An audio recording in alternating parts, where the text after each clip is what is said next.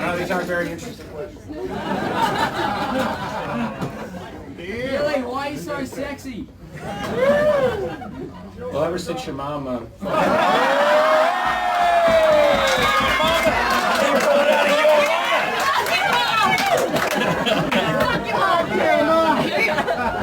what's your mom up to? Billy, obviously. Okay, Dad. Well, these questions are all good, so... Welcome to Melbourne. How about this? We live in alleged democracies. You're never going to get a question in Melbourne. If you have a question, raise your hand. And if I call on you, I'll take my chances with the question you have. What's this about you being Bill Burr's brother? Is this real? You have a thing called YouTube. You're free to go look it up. I think they have YouTube in Australia. Okay. This young man right here. Was Courtney Love a good girlfriend? Oh, dude, come on. Okay. See, this is why this is a bad idea. Can you tell us something about the Machina mystery that we've never heard?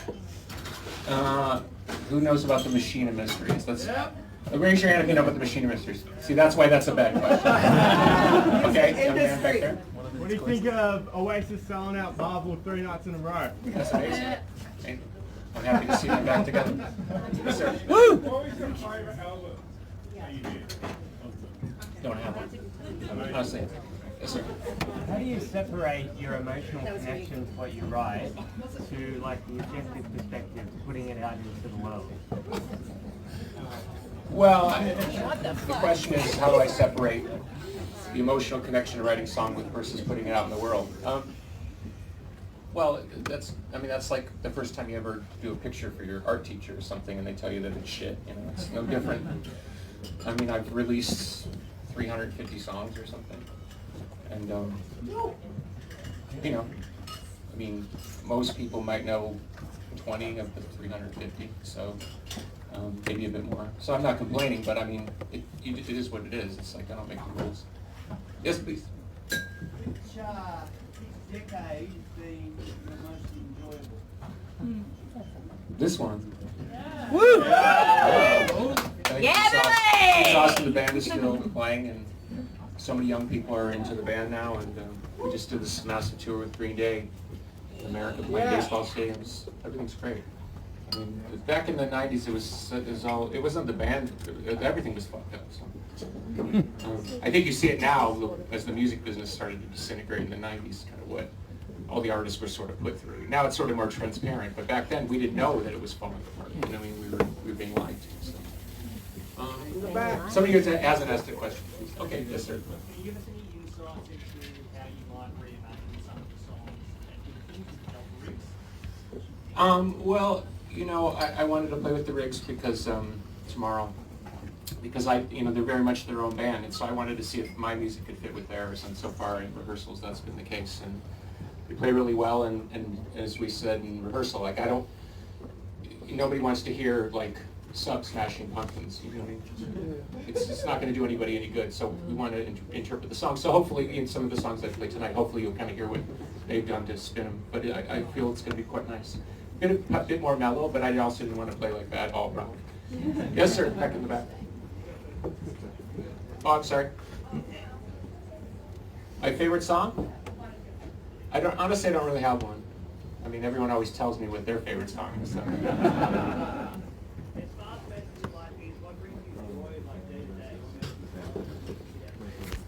My family. I mean, I didn't have, well, my wife had the children, but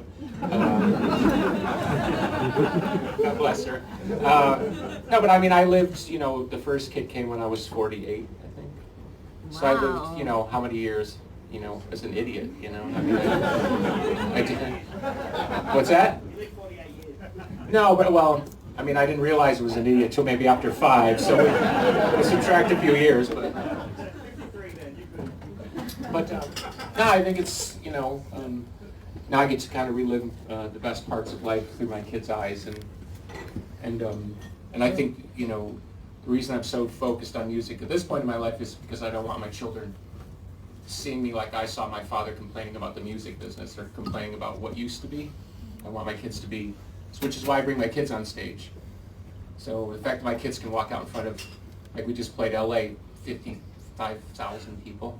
My kids walk out no problem. It's like, that's their world too, so I think it's cool. Anybody else? That's the thing.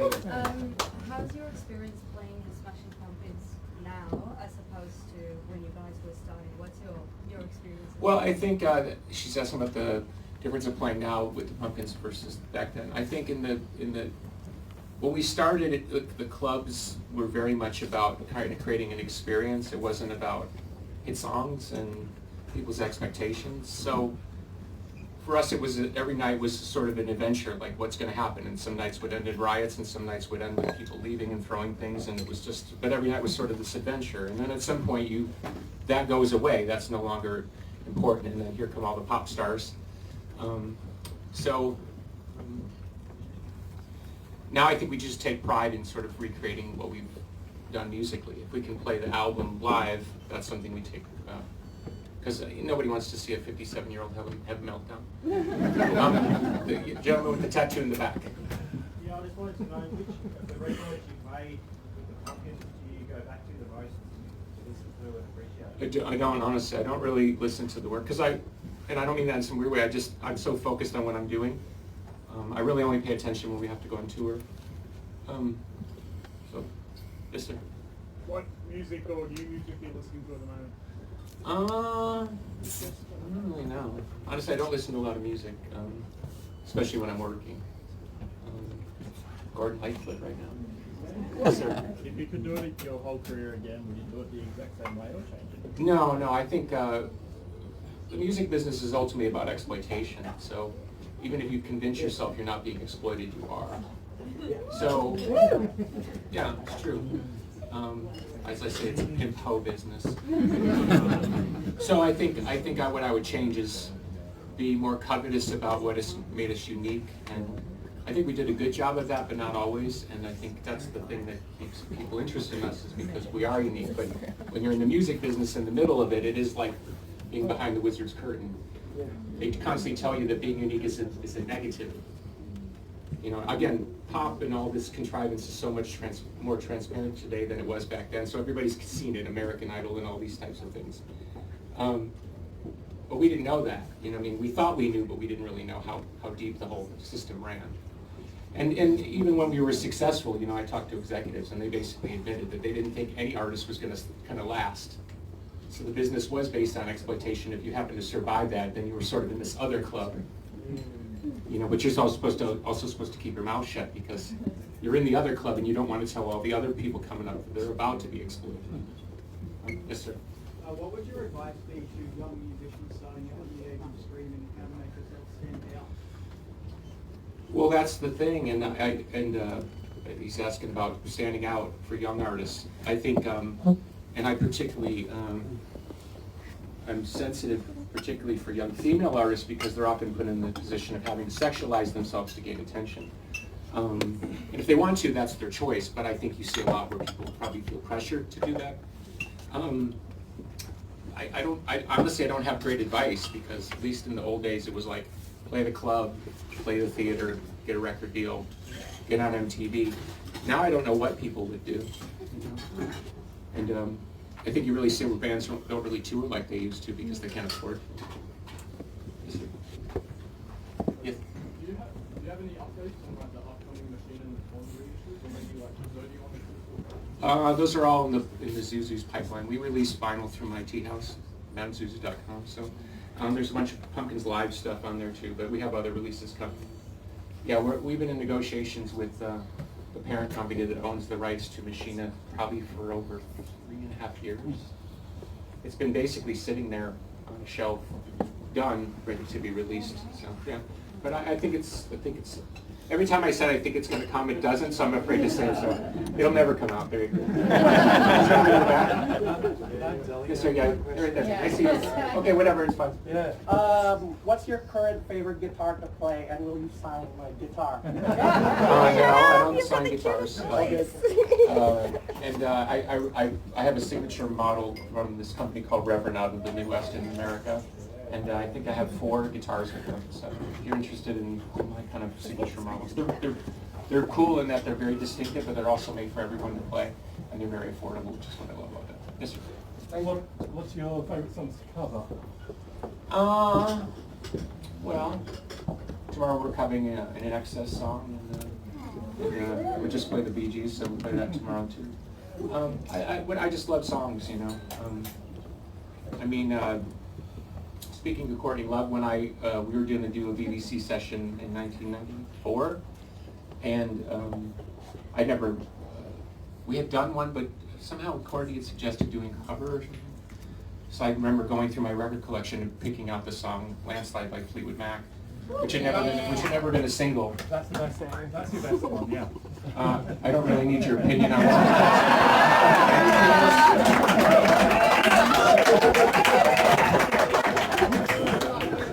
It's like the lover that turns you. Now that was a good blowjob.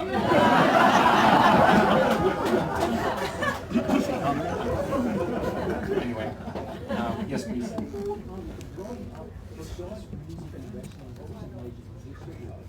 Growing up, besides music and wrestling, I love sports. So I'm still a sucker for sports. In fact, last time we were here, a couple years ago, with the Pumpkins, we went to see, I guess, AFL football at the stadium. I don't know what any of that means, but we enjoyed ourselves. Sports ball. I do. I just don't have 4 days to watch cricket. I know you have, what is it, the 20 over? Yeah, 2020. I do like cricket though, and I've met some famous cricketers, which is pretty cool. And actually, in talking to the Riggs yesterday, they started talking about Shane Warne. And I shocked them because I used to hang out with Shane Warne all the time. I didn't just hang out. I probably should hang out with Shane probably 5, 6, 7 times. And you know, I think you don't need me to describe what he was like at a bar. But it was cool because I could sit there and ask him about cricket, and he would show me how he threw certain pitches and stuff. So I mean, for somebody who's not a cricket fan first, I'm a baseball fan first. It was pretty cool to talk to, obviously, one of the greatest cricketers of all time. Oh, somebody with the arm. I see your arm, but I don't see you. Hi. Yes, she is. I mean, we played so many great bands through the years. Gosh. I don't think Sonic Youth ever supported us. I think Kim Gordon would have had a heart attack. I don't know. I mean, we played with Garbage. I mean, as far as tours, Garbage, Swerve Driver, Verve. Yeah. Gosh, I mean, so many great bands. It's hard to even remember. So, I see bills sometimes, and I'm like, oh my God, I can't remember. And I was like, I can't believe I played that bill, and I don't remember. You have the questions, right? Yeah, and so Australia's known as the lucky country, and we feel like... You're known as the lucky country? Yeah. Who made up that name? Australians?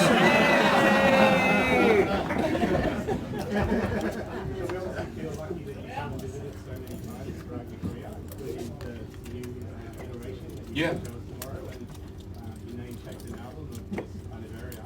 So I'd love to hear what are some of your favourite things about Australia, what draws you back, why are we so lucky to have you? I just love that Australia's Australian. I know that sounds overly simplistic, but it's like, you guys don't give a fuck, and I think that's great. I think it shows in your rock and roll, like your great rock and roll bands, whether it's AC/DC or Midnight Oil or even Amyl and Sniffers, you know, it's like that's what makes it great, is you're bringing Australia to the world, so I don't know, I respect it. I mean, I can remember being a kid and reading articles in like Rolling Stone when In Excess first came out. It was like, can an Australian band make it in the world? Or same shit with AC/DC in the beginning. Obviously, all those things look dumb now, but at the time it was actually news. Like people would write like, can Australian rock make it in an American market? Because it was the same for Canadian bands when they would come down, Rush and Triumph and bands like that. They would write articles and say Canadian bands can't make it in America. It was kind of a weird thing. So obviously, it's nice that it's all gone. Yes, sir. Yes. I see an arm, yes. What bands, if any, are you going to check out tomorrow? When I work, I don't really go watch the artists because it's like my responsibility is to play the best show possible. So I'm really not much on being a fan. I see a hand, yes.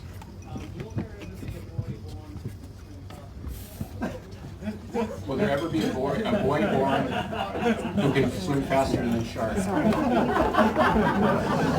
Remember what I was saying about Australia being Australia?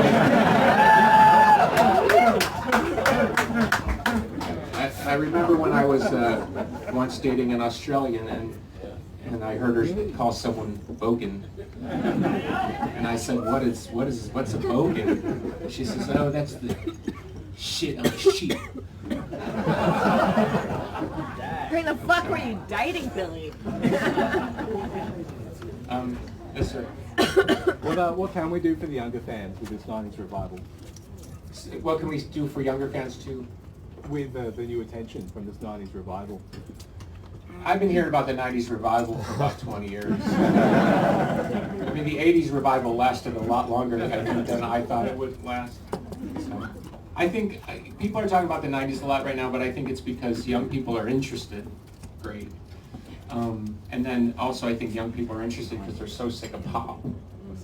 They want to actually have bands that can play and feel that music, and I think you see it. And I think like even the success of the Sniffers over in the US is because they want to see people who can really bring that feeling on stage. And so the fact that there's still some bands from our era that can still do that and have great songs too, I think that's the easy part of the equation. But you got to remember, and I'll just say this is sort of an overall comment, mainstream media don't give a fuck about rock and roll at all. I mean, they just don't. If you look at how much money rock and roll generates for the music business in terms of ticket sales, merchandise and stuff like that, what is, I saw somebody said something the other day, somebody released, some big publication in America released its top 100 records, and there was only one metal record in the top 100. So rock is kind of the whore that they'll fuck at 2 o'clock in the morning when they can't find anybody else at the pub, but the next morning it's all about the pop world. So the 90s were like a bit of a dude fest? A bit of a what? A dude fest. I disagree. Totally disagree. No, I would also disagree with that. Okay, cool. I guess what You said it, so there was lots of awesome chicks and bands and stuff. The Smashing Pumpkins were really in opposition to a lot of stuff that was happening in the mainstream. What was that like back in the day? I don't understand the thing about Dude Fest and can you just put those two ideas together for me because you've lost me there. Yeah, I guess it was pretty common to see 4 dudes with guitars and instruments back in the day. The Smashing Pumpkins were not that because you had members of different genders and people of different races in the band. What was that like? Well, back in the day? Yeah. What's interesting because we were shocked because when we first started going on tour and doing a lot more interviews, people would ask questions like, "What's it like to be a Japanese guy in a band?" Yeah. Or more infamously, what's it like to be a girl in a band? Yeah. I mean, that sounds so. I mean, it was offensive to us at the time, but that was the culture. Rock was seen as a predominantly male thing, and if women were involved, they tended to be lead singers. You didn't see other than maybe, the sister from Heart or something, like a woman playing guitar and throwing shapes, as you say. So I'm just glad all that shit is done. It was really boring. Yeah. Yes, sir. How'd you end up playing with jazz? You like to play many kids? How do I?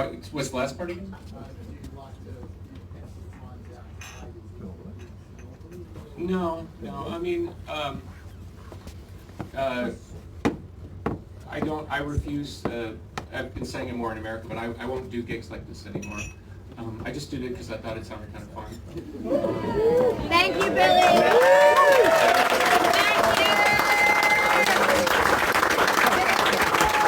I said it sounded fun. No, because but from the bottom of my heart, thank you for listening and paying attention. Because, Thank you. The last time I did a solo acoustic tour in America in 2019, just before the pandemic, I played a show in Kentucky, and it was so bad, and the crowd was so loud, and they basically ignored me the entire time, which was weird because it was a sold-out show in an old theater. I literally said on stage, "I'm never doing this again," and I haven't, other than my tea house in Highland Park, Illinois. I won't do this anymore. So I'm okay with playing a few songs, but like you can imagine with those shows, I was doing, 2 full sets. I was playing a bunch of newer solo music, and then I was playing a bunch of deep cuts, pumpkins, and stuff like that. And you can imagine trying to play 2 hours worth of music, solo acoustic, and people just ignoring the fuck out of you. So America killed it. So I'm happy to share this with you, but it has to be kind of limited, the damage, because I psychologically cannot deal with the rejection anymore. Yes, sir. In your opinion, which in any federation Greatest wrestler of all time? Well, see, the running debate in professional wrestling is there are people who are considered the greatest workers, and there are people who are considered the greatest draws. So I think the best cross-hybrid answer is Ric Flair, because he was one of the greatest workers, if not the greatest drawing worker of all time. But he also sort of brought the mainstream, and obviously he's still a mainstream figure. He kind of crossed both worlds. Obviously in wrestling right now we're having this thing where it's very much about 5-star matches and athleticism and stuff like that, but I think you can see, given the last 5 years, that the average public, I can only really speak to America, is still interested in stars. And if you're not a star, and that's when people would talk junk about Hulk Hogan, well, Hulk Hogan drew and still is a famous name. So it's like the never-ending debate, you know what I mean? It's like, who's the best guitar player versus who's the best guitar player in a band that actually sold records. So anybody who hasn't asked a question? Over here, please. I'm interested if there's any modern, current writers or thinkers who you're finding inspiring, who have a sense of precedence about what's going on. Well, there's some people don't really write like they used to, I think so much of the media is propagandized, so you have to really dig, like whether it's on Twitter or on YouTube, to find, let's call it, different voices who at least can have a more libertarian, open take about the politics of the world. And Andrew Breitbart, who was since passed away, but was very notorious for starting a kind of alternate kind of web news thing. He famously said, politics is downstream from culture. So whether culture generates politics or politics generates culture, one thing I would say to you as a sort of an overall point, and for the thinkers in the room, when you find that the artistic community is almost exclusively pointing in one direction, that tells you one of two things. Either everybody's right, or they're all afraid to offer an alternate opinion to whatever's going on. It can be any number of things. We don't have to talk about the controversies of the last 5 years, or 10 or 15, but the point is I find it strange when the artistic community is pointing in one direction. What I smell as an artist is self-interest, because people aren't talking like that behind the scenes. So it gives a false view of, let's call it, what the artistic community feels about any number of issues. And social change, particularly in America, is a very valuable thing. Painful as it is, it's super valuable, and obviously the arts is almost always at the forefront of social change. But when the artist community is aligned with multi-global nationalist countries and governments, that sort of sets off my bullshit detector. Yes?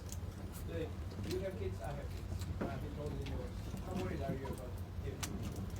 How worried about my children's future? I don't know. Related to AI and all this. Well, AI is such a complicated issue. Gosh, that's such a, I don't know, it feels like the wrong setting to get into a super deep philosophical. I know you all want to have a pint. I'll say this quickly about AI. I mean, because probably the number one new question that I'm getting asked in interviews is, what influence will AI have on music? And the answer is, it's going to be totally devastating to music, because streaming companies are already signing deals with AI-generated music. So when you put on your workout playlist, they're actually putting in robot-generated songs, so you don't even realize that's not even being made by people. The Japanese have been floating out AI pop stars for 15 years.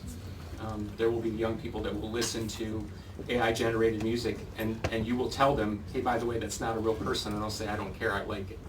So I tend to think about it like it's the energy is better spent about how we're going to manage AI going into the future than arguing about whether AI is going to, because AI it's here.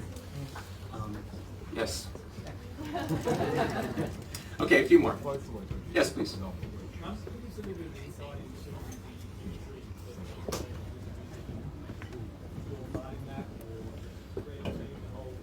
As far as images in the band, it's probably 90% usually been my problem to sort. I don't know, it's like when I work on the music, I tend to kind of get a visual in my mind that seems to go with the songs. So if you think like Melancholy and the kind of Victorian steampunk thing, that was just like in my brain. Don't know why, had nothing to do with trend. In fact, it was the complete opposite of trend at the time. So yeah, I don't know, because I can't draw for shit. So I always felt very shy about visual things. But I think over 30 years of, like the Zero logo was mine, the Heart logo was mine. So there's something in there at least that translates, but I can't say it's consistent. Okay, two more. Yes. People love to talk about their kids when they're away from them. Do you have a story to tell? Do I have a story to tell about my children? Is that the question? Yeah, like something funny that's said, something,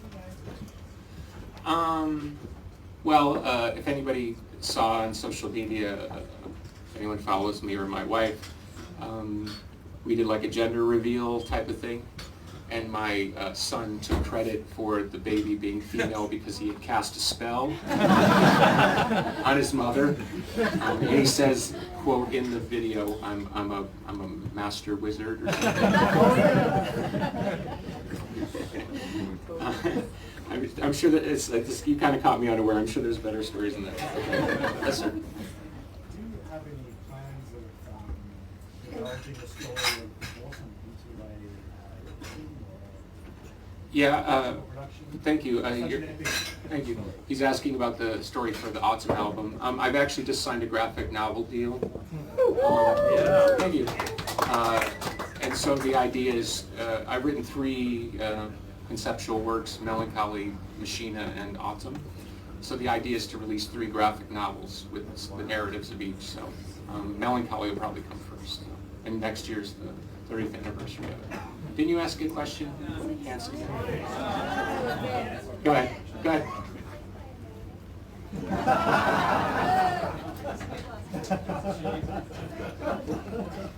Last question.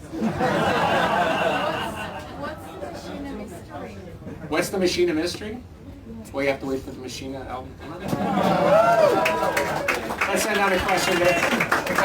Okay, I'm going to take my chances with you. It's fine. What are you reading currently? I'm reading a book by Elliot Mintz, who was John Lennon and Yoko Ono's kind of consigliere during the 70s. He wrote a book, and I'm doing a podcast which hasn't come out. It'll come out in January. And I just interviewed him for my podcast. So if you get a chance in January, it'll start coming out, all these things that I've been talking about. Feels so flat way to end.